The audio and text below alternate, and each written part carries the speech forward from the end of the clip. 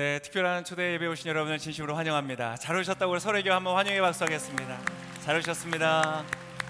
잘 오셨습니다.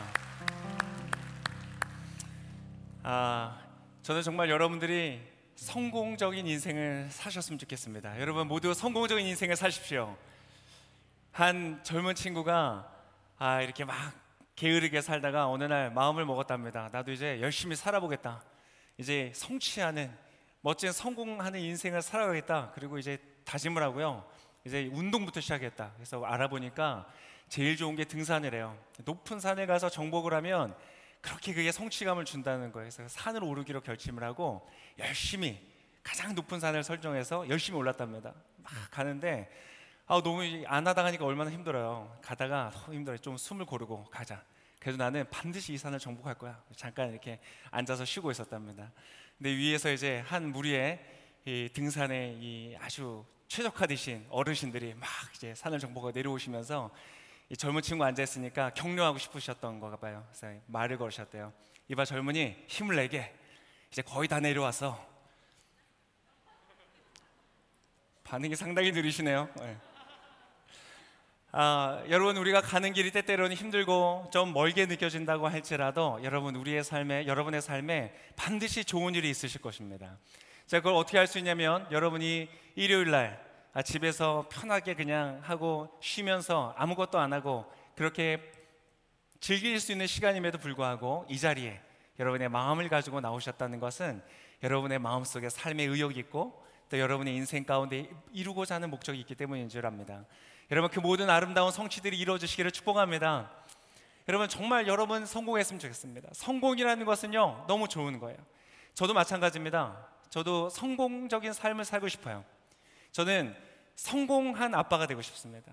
우리 자녀들에게 인생의 정말 중요한 가치관들을 가르쳐주고요, 나중에 크면, 아직은 멀었지만 나중에 크면 정말 좋은 배우자를 고르는 방법도 알려주고 싶고요, 그 전에 스스로가 먼저 좋은 배우자로 어떻게 준비할 수 있는지도 가르쳐주고 싶고요. 저는 정말 성공한 아빠가 되고 싶어요. 또 성공한 남편이 되고 싶어요. 아내가 저에게 와서 여보, 정말 나는 내 인생에 당신을 만난 게 정말 큰 축복이야, 이렇게 이야기를 할 수 있는 그런 남편이 되고 싶어요. 네, 제가 이쪽을 보고 있는 이유는 아내가 저쪽에 있기 때문이에요. 그래서 저는 그러나 하나님 앞에 갔을 때 하나님은 그렇게 말씀하셨으면 좋겠어요. 야, 준모가, 내가 너에게 나의 사랑하는 신부, 내가 너무나 사랑하는 나의 딸을 너에게 맡겼는데 너가 정말 평생을 잘 함께 사랑하며 아껴주며 아름답게 가꾸어 주어서 나에게 주니 너무 고맙다, 이렇게 칭찬을 받는 성공적인 사람이 되고 싶어요.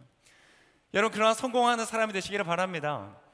저는 목회자로서도 성공하고 싶어요. 저의 사역을 통해서 이곳에 나오는 여러분과 같은 성도분들이 정말 삶의 용기를 얻고 인생의 길을 잃었을 때 방향을 잡게 되고, 그래서 정말 여러분이 하는 모든 일들 가운데 잘 되고 직장에서도 뜻하는 바대로 아름다운 열매들을 거두게 된다면 전 너무 좋을 것 같아요. 여러분, 저와 함께 약속하시죠. 성공한 삶을 사시겠다고. 오케이? 오늘 저와 함께 이렇게 함께 예배하신 여러분들은 모두 다 성공하시기를 축복합니다. 자, 그러면 그래서 우리가 이제 지속 가능한 성공에 대한 이야기를 나누고 있습니다. 오늘은 무슨 얘기를 하려고 하냐면요, 아마 모든 영역에서 아마 제가 볼 때는 동의하는 내용이에요. 지속 가능한 성공을 위해서 필요한 것이 무엇인가? 우리가 흔들리지 않는 멘탈에 대해서도 배웠고 경직되지 않은 유연함에 대해서도 배웠습니다. 근데 모든 사람들이 아마 동의하는 것은 무엇이냐면 지속 가능한 성공을 위해선 원칙이 필요하다는 것이에요. 원칙이 필요하다. 오마의 현인, 지혜자다라고 불리는 워렌 버핏, 이 주식 투자자들에게 있어서 아주 선망의 대상이죠. 근데 그 사람에게 있어서 굉장히 유명한 것은 무엇이냐면 투자에 원칙이 있다는 거예요. 그 원칙에서 벗어나지 않으려고 한다는 거예요. 여러분, 왜 원칙이 필요할까요? 왜 원칙이 필요할까요? 우리 인생을 성공을 향해서 가다 보면 우리의 삶에 방해물들이 너무 많은 거예요. 장애물들이 너무 많은 거예요. 영어로는 distraction이라고 하죠. 우리의 초점과 우리의 관심을 흐트러뜨리는 것이 너무나 많은 거예요. 근데 우리가 원칙을 가지고 있잖아요. 그러면 그 순간순간 나의 시선을 빼앗기는데 내 마음을 빼앗겨서 실수하거나 방황하지 않는다는 거예요. 여러분, 워렌 버핏이 가졌던 투자의 원칙들이 어떤 것이 있습니까?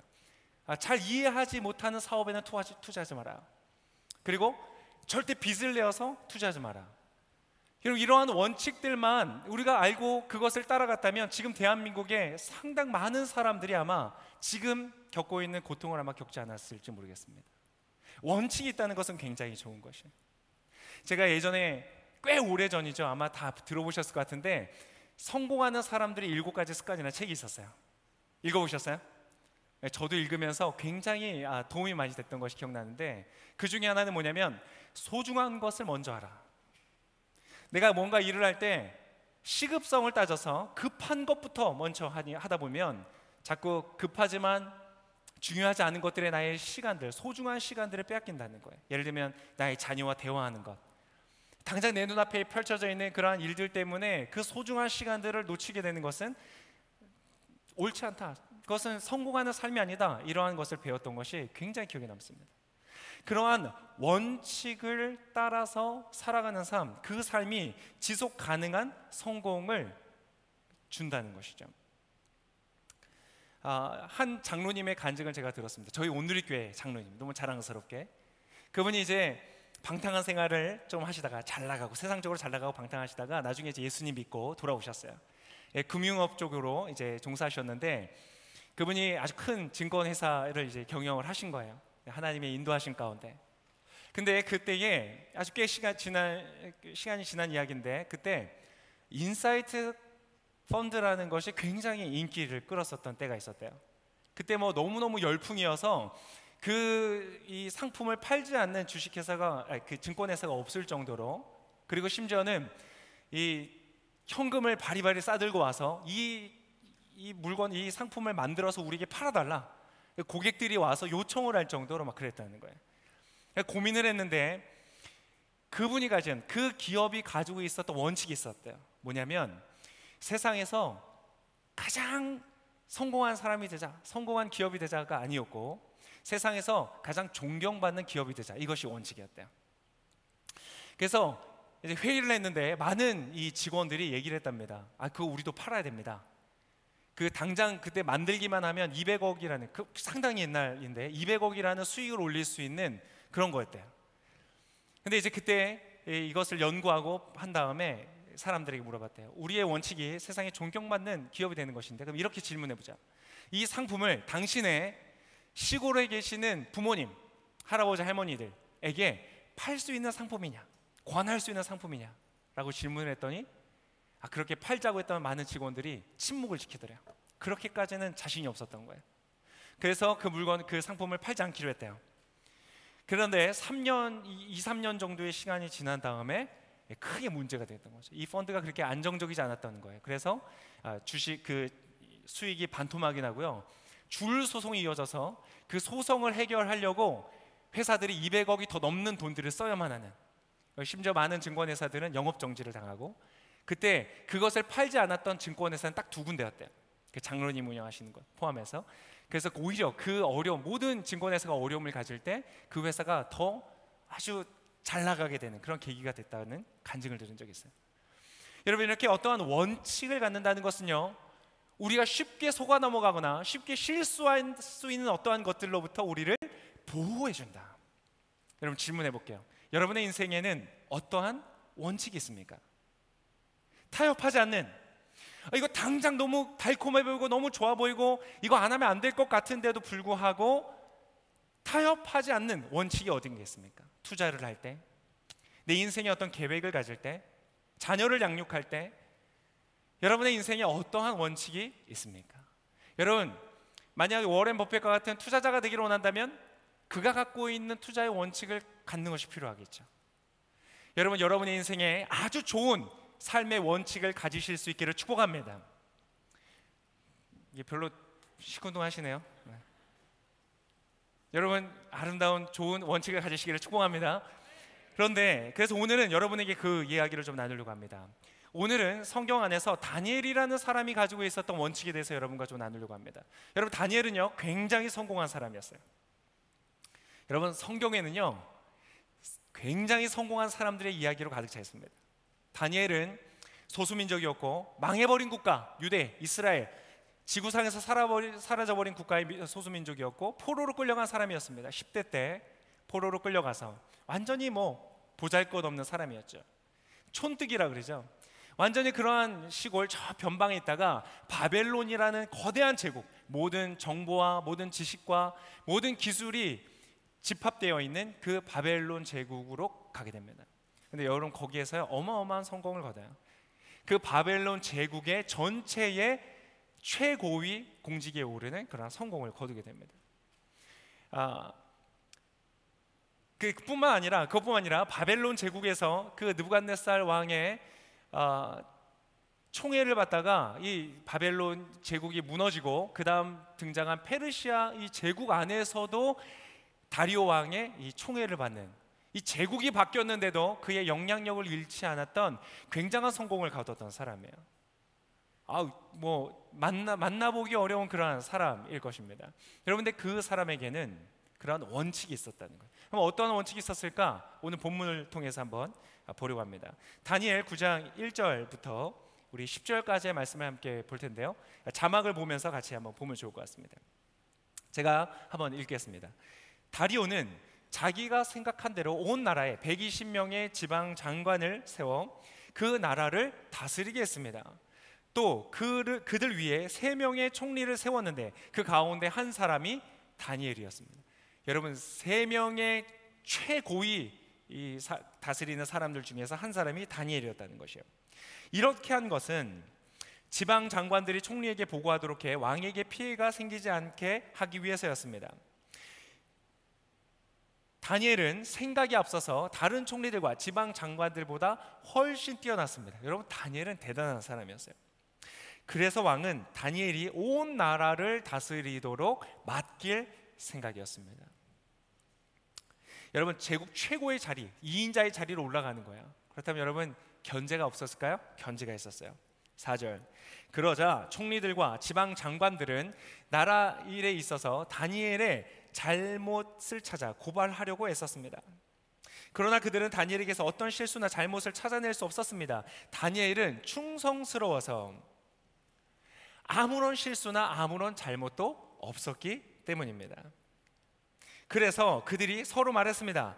하나님의 율법에 관련된 일이 아니면 우리가 다니엘에게서 고발할 거리를 찾을 수 없겠다. 그의 종교를 이용하지 않으면 방법이 없겠다는 판단을 한 것이에요. 그래서 이렇게 얘기합니다. 그러고는 총리들과 지방 장관들이 모여 왕에게 가서 말했습니다. 다리오 왕이여, 만수무강하소서. 이 나라 총리들과 행정관들과 지방 장관들과 자문관들과 관리들이 함께 의논한 것이 있습니다. 왕께서 한 가지 법을 세우시고 엄하게 명령을 내리시기 바랍니다. 이제부터 30일 동안 왕이 아닌 어떤 다른 신이나 사람에게 기도하는 사람은 누구든지 사자굴에 던져 넣기로 한다는 것입니다. 여러분, 굉장히 절묘한 작전입니다. 여러분, 이게 어리석은 작전이 아닙니다. 그 시대에 있어서 굉장히 허점을 찌르는 것이에요. 왕의 교만과 허영을 이용해서 당신이 신과 같은 존재라는 그걸 이용해서 이 법을 만들도록 한 것이에요. 그리고 나서 말합니다. 왕이여, 이제 이 명령문에 왕의 도장을 찍어서 왕이 도장을 찍은 후 메대와 페르시아 법은 사람들이 고칠 수 없다는 법에 따라 다시 고치지 못하게 하십시오. 이 법 자체도 다시 폐지하거나 변경하지 못하는 것까지 완벽하게 설계를 하고 지금 도장을 찍은 것입니다. 자, 그리하여 다리오 왕은 그 명령문에 왕의 도장을 찍었습니다. 다니엘은 명령문에 왕의 도장이 찍힌 것을 알고 집으로 돌아갔습니다. 자, 여기까지.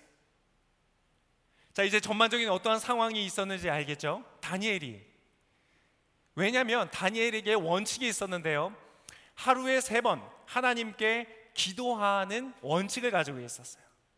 그래서 그걸 늘 지켜왔던 거예요. 그런데 지금 그 다니엘을, 이 정적을 없애기 위해서, 여러분 얼마나 눈에 가시였겠어요.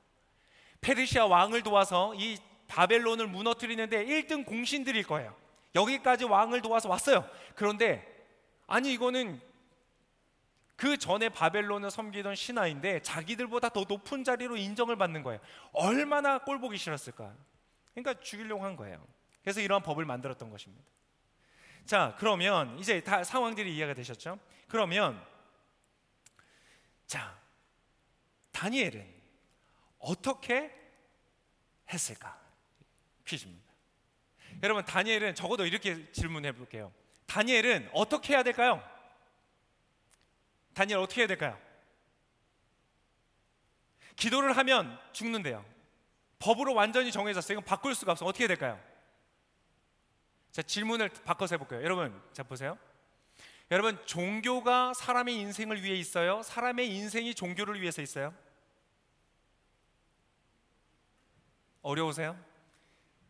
질문을 바꿔볼게요. 여러분, 잘 살기 위해서 원칙을 지켜요? 아니, 원칙을 지키기 위해서 살아요? 잘 살기 위해서, 그렇죠? 여러분, 종교가 사람을 위해서 있으니까 우리가 오신, 그렇지 않으세요? 여러분, 여기 온전히 종교에 헌신하여서 오신 분 계세요? 아마 없으실 거예요. 나에게 도움이 되고 나의 유익이 되고 나에게 필요하니까 오는 것이에요.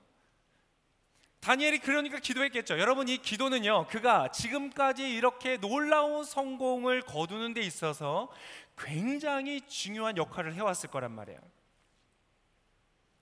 그래서 다니엘은요, 이것을 쉽게 포기할 수 있는 그런 어떤 것이 아니었어요. 여러분, 그걸 어떻게 할 수 있냐면 그들의 정적이 그렇게 알았기 때문이에요. 야, 우리가 이렇게 법을 만들면 다니엘이 쉽게 기도를 포기할 거라고 생각했으면 이렇게까지 함정을 파지 않았겠죠. 이것이 굉장히 다니엘에게 중요한 것을 정적까지 알았을 정도라는 것이에요. 여러분, 다니엘이 어떻게 해야 돼요? 여러분, 다니엘을 어떻게 해야 돼요? 어떻게 해야 될까요? 이렇게 하면 설교 진도가 안 나가요. 지금 시간이 가고 있습니다. 여러분, 어떻게 해야 돼요? 기도를 하지 말아요? 이분도 큰일 날 분들이네. 기도를 하지 않는 게 아니라 기도를 어떻게 하면 돼요?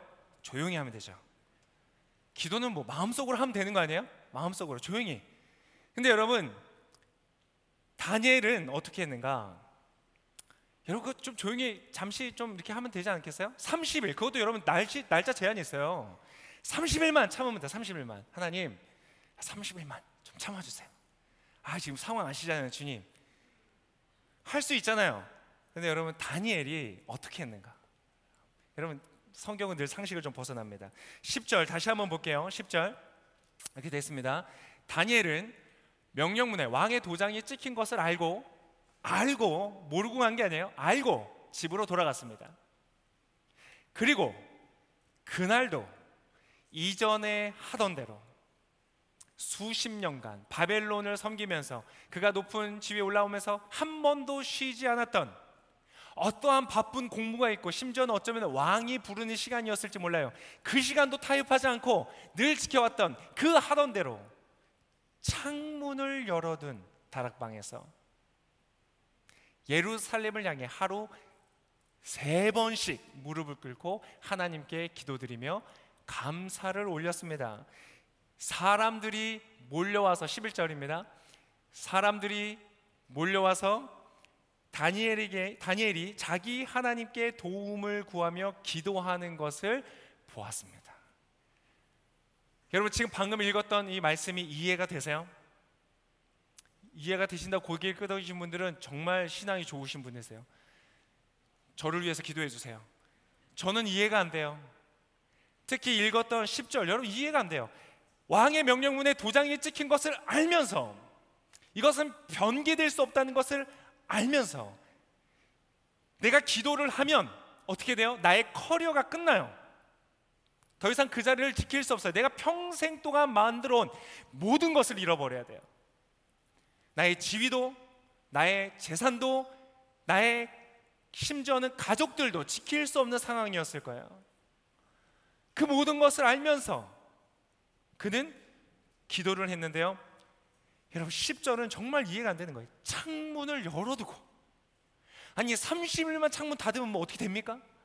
창문을 열어두고 3번씩, 여러분 3번을 하더라도 그러면 아예 새벽 일찍 아무도 잠 깨기 전에 하든지 그런 것도 아니고요, 정해진 시간에 기도를 드렸다.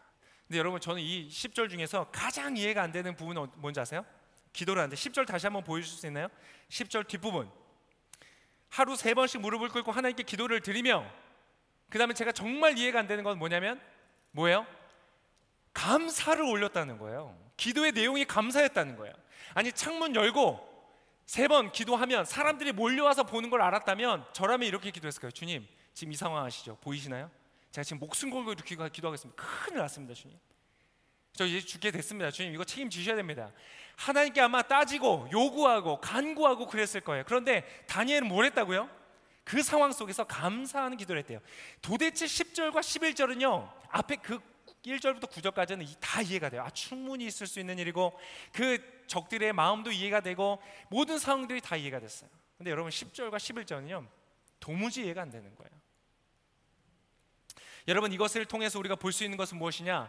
다니엘은요, 자신의 목숨보다, 자신의 커리어보다 그 모든 것을 바꾸어서라도 타협할 수 없는 원칙을 가지고 있었다는 거예요. 여러분들, 이것을 이해하려면 좀 아셔야 돼요. 여러분, 이것은 단순히 종교에 집착하는 모습이 아닙니다. 자칫하면 그렇게 보일 수 있어요. 그러나 그렇지 않아요.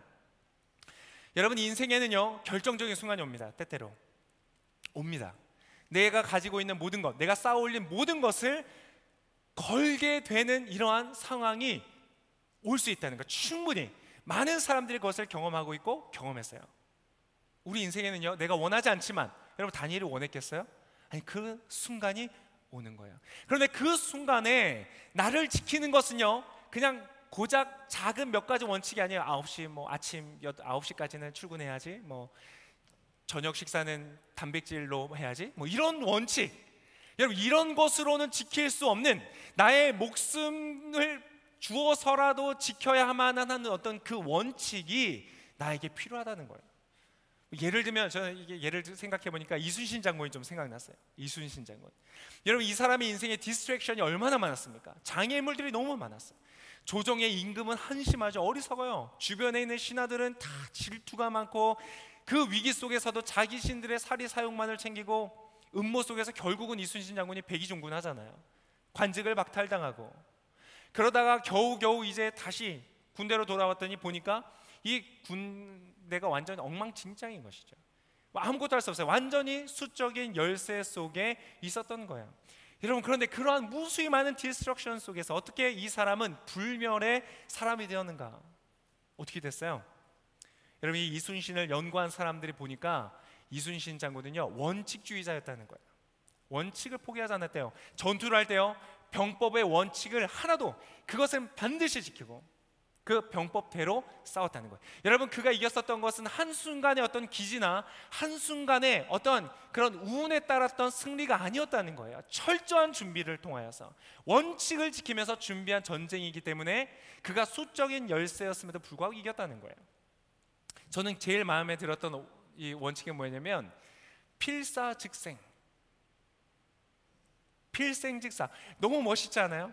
살고자 하면 죽는다. 여러분, 바로 그 원칙이 내가 이것을 물러서겠다, 위험하니까 물러서겠다가 아니라 내가 목숨을 걸고 나아가겠다고 하는 그러한 원칙이 여러분 그 전쟁을 승리로 이끌었던 것이고, 그것만이 아니라 지금도 우리에게 놀라운 시대 정신을 공급하는 그러한 사람이 됐다는 것이죠. 여러분, 때때로 우리의 인생을 지키는 것은요 고작 작은 어떠한 원칙이 아니라 내가 건강하게 되고 내가 돈 벌게 되고 내가 좀 인기 있게 되는 수준의 원칙이 아니라 내 목숨을 들여서라도 지켜야 하는 어떤 그 원칙이 나의 삶을 지켜내는 힘이 된다는 것이에요. 여러분, 다시 한번 질문해 볼게요. 여러분의 인생에 어떠한 원칙이 있습니까? 그냥 여러분을 배불리하는, 여러분을 만족시키는 정도의 원칙으로는요 여러분의 인생의 모든 것을 걸어야 하는 위기의 순간에 여러분을 지킬 수 없다는 것을 기억하셔야 돼요. 여러분, 다니엘이 가지고 있었던 이 원칙은 무엇일까? 기도해야 된다 였을까요? 하루에 3번 기도해야 된다. 아니, 종교 생활이었을까요? 어떤 종교에 내가 헌신하고 살아야 된다? 그렇지 않습니다. 그 정도의 수준이 아니었어요. 여러분, 제가 오늘 정말 엄청난 비밀을 여러분에게 말씀드리겠습니다. 제가 이 사족은 줄이고 말씀드릴게요. 다니엘이 가지고 있었던 그의 인생에 그 놀라운 성공을 지속시켰던 그가 가지고 있었던 원칙은 무엇인가? 여러분의 인생의 위기 속에 여러분을 붙잡아주고 여러분의 성공을 지속시켜주는, 여러분의 인생을 성공의 여정으로 이끌어갈 원칙은 무엇이냐? 한번 따라하겠습니다. 하나님을 경외하는 것. 하나님을 경외하는 것이었어요. 왜 창문을 열어놓고 그가 하루에 3번씩 그의 정적들도 알고 모든 사람들이 알도록 기도를 해왔을까? 왜 그 법이 만들어졌음을 알고도 돌아가서 동일한 형태의 기도를 했을까? 사람들이 와서 구경을 하고 이제 그가 죽을 위기 속에 있음에도 불구하고 왜 그러한 기도를 계속했을까? 그는 그 모든 자신의 삶의 여정을 통해서 하고자 했던 원칙은 무엇이냐면 하나님을 영화롭게 하는 것이었기 때문에 그래요. 내가 지금 기도를 하느냐 마느냐 이러한 수준의 문제가 아니에요. 여러분, 어떤 분들 아직도 그런 질문을 가끔씩 하세요. 크리스찬인데 술을 마셔도 되나요, 안 되나요? 여러분, 그러한 수준에 머물러 있을 수 없습니다. 여러분, 예수님은 우리 위해서 십자가에서 죽으셨다고 성경은 기록하고 있거든요. 여러분, 그러한 수준에 머물러 수 없어요. 기도를 하냐 마냐 이것이 문제가 아니라 하나님을 나의 삶을 통하여 영화롭게 하겠다는 하나님을 경외하는 그 다니엘의 마음. 여러분, 그러니까요, 아까 10절이 이해가 되는 거예요. 왜 감사를 했는지 이해가 되는 거예요. 하나님이 어떠한 분이신지를 알고 온 우주 만물을 창조하신 하나님께서 정말 아무것도 아닌 나 같은 사람에게 생명 주시고 지혜를 주시고 살아갈 수 있는 힘을 주셔서 여기까지 인도하신 하나님, 그 위대하고 너무나 좋으신 하나님, 그 하나님 앞에 내가 기도할 수 있는 것이 감사한 거예요. 여러분, 그의 원칙이 얼마나 높은 수준에 있는 원칙입니까? 그러니까요, 자신의 커리어를 걸 수 있는 거예요. 그 기도가 하나님이 자신의 커리어를 위해서 존재하는 하나님이었다면 여러분 기도했겠어요? 당장 바꿨죠. 그렇게 지킬 수 있는 원칙이 아닙니다. 내 인생보다 더 높은 것, 나의 커리어보다 더 높은 것, 그것을 위하여 살아가는 원칙이 있을 때 여러분, 여러분의 삶은 안전하게 된다는 거예요. 굉장히 역설적이지 않아요? 어떤 분의 간증을 들은 적이 있어요. 자기 아버지의 이야기를 하더라고요. 가까이서 있는 분인데 그 아버지가 예전에 어떤 대기업, 이름만 대면 알만한 그런 대기업의 직원으로 아마 다니고 있었나 봐요. 뭐 부장님인지 과장님인지 하여튼 뭐 이렇게 하고 있을 때였어요. 근데 어느 날 갑자기 그 부서에 회식을 하는데 이 회장님이 그 부서 회식에 오신다는 이 소식을 들은 거예요. 근데 그 회사는 그 회장님이 부서에 가면 꼭 모든 직원들에게 이 술을 따라 주시면서 마시게 하는 그런 이제 곳이었던 거예요. 옛날 이제 회식 문화였죠. 그러니까 이제 이분은 근데 뭐가 있었냐면 원칙이 있었어요. 회사에서 회식 때 술을 마시지 않는다. 나는 술을 마시지 않는다. 크리스찬이기 때문에. 그런 원칙을 가지고 있었던 분이 너무 스트레스가 되는 거예요. 이 회장이 오셔서 술 따라주면 어떡하지? 내가 안 먹는다고 하면. 그래서 드디어 이제 기도하면서 기다리고 있다가 이제 회식 때가 됐대요. 회식 날에 와서 가서는 집에 회식에 나가기 전에 집에다 전화를 했답니다. 여보, 오늘 내가 회사를 그만두게 될지도 모르겠어. 옛날에는 그럴 때가 있었잖아요, 그죠? 회장이 주는 술을 크리스찬이라고 종교라고 안 마셔? 이제 그러한 상황이 있었던 거죠.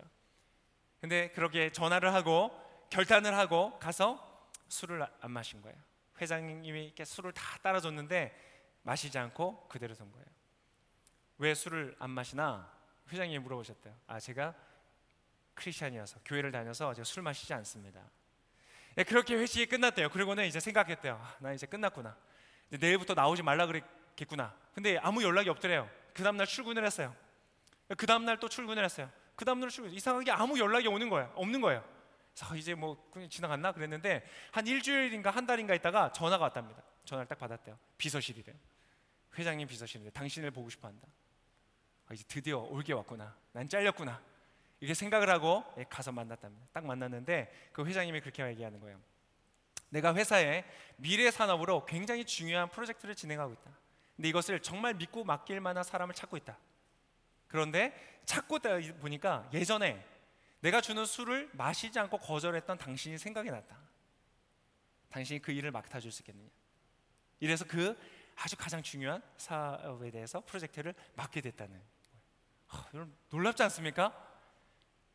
내 일이 아니고 관심 없습니까? 놀라운 믿음의 선택. 우리 박수 한번 보낼까요? 네. 여러분, 그 원칙을 가지고 있는 사람, 나의 커리어보다 더 중요한 원칙을 지키고 있는 사람은요, 세상 사람이 봐도 알아보더라고요. 여러분, 근데 하나님은 어떠실까요? 여러분, 하나님 살아 계시거든요. 다니엘을 바라보시면서 하나님 어떠셨을까요? 여러분, 이 원칙은요 놀라운 원칙이에요. 하나님께서 다니엘을 바라보셨어요. 그리고 어떻게 했는가? 여러분, 그 9장의 결과 궁금하잖아요. 사자굴에 들어갔고 사자밥이 되었더라. 여러분, 제가 오늘 설교하기가 좀 그럴 거 아니에요, 그죠? 저도 사자밥 되고 싶지 않습니다. 근데 어떻게 되었는가 이렇게 기록하고 있어요. 여러분, 좀 길어서 그냥 필요한 부분만. 결국은 사자굴에 들어갑니다. 시간이 없지만 읽겠습니다. 17절 한번 읽어볼게요. 17절. 자, 넣습니다. 그러고 나서 돌을 굴려다가 사자굴 입구를 막고 왕과 귀족들의 도장을 찍었습니다. 아무도 다니엘에게 내린 처벌을 바꾸지 못하게 하려는 것이었습니다. 18절. 왕은 왕국으로 돌아가 아무것도 먹지 않고 즐거운 악기 소리도 그치게 하고 밤새도록 뜬 눈으로 지새웠습니다. 여러분, 안다니까요. 사람도 알아봐요. 그 원칙을 지키는 사람의 마음을요. 그 가치를 안다니까요. 왕도요, 자기가 만든 법임에도 불구하고 여러분, 다니엘을 위해서 뜬 눈으로 지새는 거예요, 밤을. 19절. 날이 새자마자 왕은 서둘러 사자굴로 달려갔습니다. 20절. 왕은 사자굴에 가까이 가서 슬피 울부짖으며 다니엘을 부르며 물었습니다. 살아계신 하나님의 종 다니엘아, 내가 항상 섬기는 내 하나님께서 너를 사자들로부터 구해 주셨느냐? 다니엘이 왕에게 말했습니다. 왕이여, 만수무강하소서. 들어봤죠? 만수무강하소서. 여러분, 이 말의 가치가 진짜 누구에게 더 있을까요? 어떻게든 다니엘을 죽이려 했던 그 신하들이었을까요? 아니, 정말 제국을 위하고 왕을 위했던 다니엘이겠을까요? 여러분, 사람도 알아본다니까요. 왕이여, 만수무강하소서. 22절부터 24절을 우리 같이 한 목소리 읽어봅시다. 시작. 내 하나님께서 천사를 보내 사자들의 입을 막으셔서 사자가 나를 해치지 못했습니다. 제가 하나님 앞에 죄가 없다는 것이 분명하기 때문입니다. 왕이여, 또 제가 왕께도 죄를 짓지 않았습니다. 왕은 매우 기뻐하며 다니엘을 사자굴에서 건져 올리라고 명령했습니다. 다니엘을 사자굴 속에서 꺼내 살펴보니 몸에 상처 하나 입지 않았습니다. 이것은 그가 자기 하나님을 믿었기 때문이었습니다. 왕은 다니엘을 고소했던 사람들을 끌어오라고 명령했습니다. 그들은 아내와 자식들과 함께 사자굴 속에 던져졌습니다. 그들이 사자굴 밑바닥에 닿기도 전에 사자들이 그 사람들을 움켜서 그 뼈까지 부숴버렸습니다. 여러분, 완전한 승리를 얻게 되고 다니엘은 그가 했던 모든 영향력을 지속하게 되는 놀라운 결말을 맺게 됩니다. 여러분, 바로 이것입니다. 여러분, 그가 가졌던 건 무엇이라고요? 하나님을 경외하는 것, 하나님을 귀하게 여기는 것. 뭐보다요? 나의 커리어보다, 심지어 나의 생명보다. 그때 하나님의 놀라운 축복이 임하는 거예요. 예수님도 여러분 똑같이 말씀하셨어요. 신약에서 뭐라고 말씀하셨는지 아세요? 가장 큰 계명이 두 가지가 있다. 첫 번째, 가장 중요한 첫째 계명 너에게 준다. 첫째 원칙, 너의 하나님을 어떻게 해요? 사랑하되 온 마음을 다하고 온 힘을 다하고 너의 생명을 다해서 하나님을 사랑하라. 이 원칙을 가진 자는 안전하다. 이 원칙을 가진 자는 지속 가능한 성공을 누릴 것이다. 이 원칙을 가진 자는 성공한 남편이 될 것이고, 성공한 아빠가 될 것이고, 성공한 사회인이 될 것이고, 선한 영향력을 끼치는 그러한 가치 있는 인생을 살게 될 것이다. 여러분, 이 놀라운 원칙을 여러분의 인생 가운데 세우실 수 있기를 축복합니다. 오늘 처음 들으시는 분들 그래서 잘 모르겠습니다. 이런 분도 괜찮습니다. 마음속에 한번 넣어두세요. 언젠가 그것이 깨닫는 날이 올 거예요. 여러분, 이것의 정반대의 사례만 한 가지 들고 오늘 말씀을 마치겠습니다. 정반대의 사례가 있어요. 이렇게 반드시 지켜야 하는 원칙을 지키지 않았기 때문에 패배했던 사람, 바로 삼손이라는 사람이 있어요. 들어보셨는지 모르겠어요. 삼손, 역사 속에서 가장 힘이 세다고 아마 알려진 사람이겠죠. 그 삼손은요, 1000명이 와도 잡을 수 없는 그런 강력한 힘을 가진 사람이었어요. 근데 여러분, 그 사람이 왜 힘을 잃었어요? 머리카락이 잘려서. 아니, 무슨 머리카락이 무슨 뭐예요? 비타민제예요? 머리카락을 잘라서가 아닙니다. 그는 나시린이라는 사람으로서 하나님의 택함 받은 백성이었고요, 하나님의 택함 받은 사람으로서 지켜야 하는 세 가지가 있었어요. 시체를 멀리하고 독주를 피하고 그리고 머리카락을 자르지 않는 것이었어요. 그것은 그냥 머리카락을 자르고 헤어스타일의 문제가 아니었어요. 그것은 그 세 가지를 통하여서 나타나는 하나님을 귀히 여기고 하나님을 경외하는 그 원칙이었다는 것이에요. 삼손은 그 원칙을 버렸어요. 셋 다 버렸어요. 셋 다 버리고는 그는 당연히 그 놀라운 힘들마저 잃어버린 채 고작 전투하는 군인도 아닌 한 명의 여자의 무릎 위에서 너무나 비참하게 그의 종말을 맞이하게 되는 것이죠. 여러분, 원칙은 너무너무나 중요한 것입니다. 여러분, 저는 여러분들이 정말 지속 가능한 성공을 누리는 멋진 삶이 되시기를 원합니다. 저랑 같이 그러한 성공한 삶을 사실 거죠? 성공한 남편, 성공한 아내, 성공한 부모, 그러한 성공한 삶의 영역 속에서 그러한 멋진 존재로서 살아가는 여러분들에게 반드시 필요한 것, 여러분 원칙을 가지고 살아가십시오. 여러분 투자에 있어서, 재테크에 있어서, 직장 생활에 있어서 여러분 원칙을 가지고 살아가세요. 근데 여러분 그 중에서도요, 가장 최고, 여러분 인생을 보호하고 이끌어갈 최고의 원칙을 여러분 기억하시길 바라요. 하나님을 경외하는 것, 하나님을 모든 것보다 더 사랑하는 것. 하나님은 그 원칙 자체가 우리를 도와줄 뿐 아니라 하나님은 그 원칙을 가지고 살아가는 일을 반드시 축복하시고 이 땅에서 높이시게 될 줄을 믿습니다. 그러나 놀라운 축복을 받는 여러분 되시기를 바라고요. 우리 같이 잠깐 기도할 텐데, 여러분 그러한 원칙을 제가 갖기를 원합니다 라고 하는 분들을 가슴에 손을 얹고 저와 함께 한번 기도하면 좋겠습니다. 여러분, 이 손을 얹는 것이 바로 하루에 3번 기도하듯이 여러분 주님 앞에서 나의 마음을 표현하는 거예요. 하나님을 경외하는 거예요. 하나님, 정말로 하나님은 온 우주보다 크신 분이십니다. 하나님은 내가 아는 어떠한 권위자보다, 내 담당 교수보다, 내 직속 상관보다, 내 회사 회장보다, 그 어떠한 권위보다, 어떠한 사람보다 당신은 내 인생 가운데 진짜 중요하신 분이십니다. 여러분 그걸 인정하는 거예요. 이 시간 잠시 각자 여러분 한번 좀 기도해 보시겠어요? 한 1분 정도 시간 드릴게요. 아직 교회가 낯선 분들, 처음 오신 분들은 그냥 눈 뜨고 계셔도 됩니다. 기도 한번 해보는 거예요. 하나님, 오늘 귀한 말씀 감사합니다. 내 인생의 위기에서도 나를 건져내, 내 평생에 나를 놀라운 성공의 삶으로 이끌어갈 이 원칙을 제가 세우기를 원합니다. 쉽지 않습니다. 내가 어떻게 내 목숨과 커리어를 걸면서 원칙을 지킨다는 게 쉽겠습니까? 그러나 하나님, 오늘 귀한 말씀 제가 아멘으로 받고 믿고 제가 세우기를 원합니다. 하나님, 나를 도와주시고 함께 해주시고 나로 하여금 그 지속 가능한 성공의 삶을 살게 인도하여 주시옵소서. 우리 잠깐 1분 정도 기도하며 나가시겠습니다. 하나님 감사합니다. 오늘 귀한 말씀 다니엘을 통하여서 하나님 놀라운 성공의 비결을 배웠습니다. 아버지, 타협할 수 없는 원칙에 대해서 배웠습니다.